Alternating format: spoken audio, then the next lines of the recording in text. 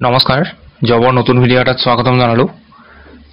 ইয়াত যিমানখিনি জব দেখুৱাব গুটেখিনি ফ্ৰী হয় বহুতে কৈ থাকে যে ফ্ৰী জব আনিব লাগে ইয়াতে দেখুৱা গুটেখিনি জব ফ্ৰী হয় ইয়াত কোনো পইচা দিব নালাগে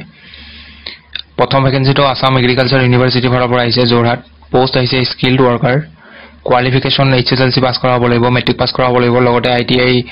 কৰা হ'ব লাগিব ইলেক্ট্ৰিচিয়ান সাৰ্টিফিকেট থাকিব লাগিব আৰু having experience of working at list 1 year 1 year in LT line electrical maintenance work ইয়াত আপোনালোকৰ স্যালাৰি পাব 16140 rupees per month পাব সিলেকশন প্ৰসিডিউৰ কেনেকৈ হ'ব সব candidate may appear for walk in interview যাব লাগিব 22 আছে জুলাই 22 ৰাতিপুৱা 10:30 বজাত আপোনালোকে গৈ পাব লাগিব এড্ৰেছ দিয়া আছে North East Centre for agricultural biotechnology office of the DBT NECAB Assam Agriculture University Jorhat Yet some candidate may appear for the interview with biodata and passport size photograph and they should also bring original and attested copies of all testimonials that must be presented at the time of interview. Nijor documents bilak certificate bilak xerox kori loi jabo aru original bilak loi jabo. Pisor vacancy to Tata Institute of Social Science or aise post aise senior executive accounts or finance or gane এইটো পোষ্টৰ কাৰণে ব্যাচেলৰ degree বা master degree কৰা হ'ব লাগিব আৰু minimum 2 পৰা 3 বছৰ এক্সপেৰিয়েন্স লাগিব excellent written and verbal communication হ'ব লাগিব যদি ইংলিশত ভাল হয় তেতিয়া হলে প্ৰিফাৰেন্স পাব understanding of CSR principles and best practices এইবোৰ পইণ্ট বিলাক পঢ়ি চাব মই পইণ্ট বিলাক পঢ়ি দিলে ভিডিওটো বেছি দীঘল হৈ যায় যদি এপ্লাই কৰা পইণ্ট বিলাক পঢ়ি চাব মই মেইন পইণ্ট কিটা কৈ দিছো ইয়াত স্যালাৰি পাব 30000 টকা পাৰ মান্থ আৰু এপ্লাই কেনে কৰিব চাইলক ইয়াতে দিয়া আছে candidate may apply online through the link Tata টাটা ইনষ্টিটিউটৰ যেটো অফিশিয়াল ওয়েবসাইট আছে সেই ওয়েবসাইটটো এটো হয় ইয়াৰ লিংকটো ভিডিও ডেসক্ৰিপচনত দিম তাত গৈ ক্লিক কৰিব ক্লিক কৰাৰ পিছত তাত এপ্লাই কৰিব আৰু ইয়াৰ লাষ্ট ডেট হ'ব আপোনালোকৰ জুলাই 20 তাৰিখ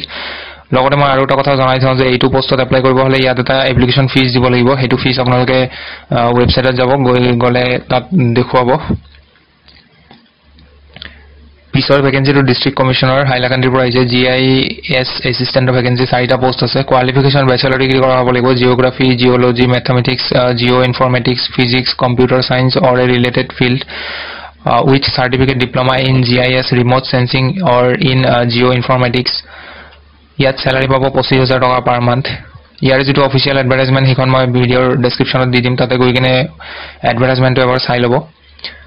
age limit 21 above 21 হ'ব লাগিব আৰু below 45 হ'ব লাগিব selection procedure candidate may appear for a walk in interview 21 July মানে 21 জুলাইত আপোনালোকৰ ইন্টাৰভিউ হ'ব ৰাতিপুৱা 10টা বজাত গৈ পাব লাগিব এড্ৰেছ দিয়া আছে এইটো the venue is in conference hall office of the district commissioner Hailakandi Assam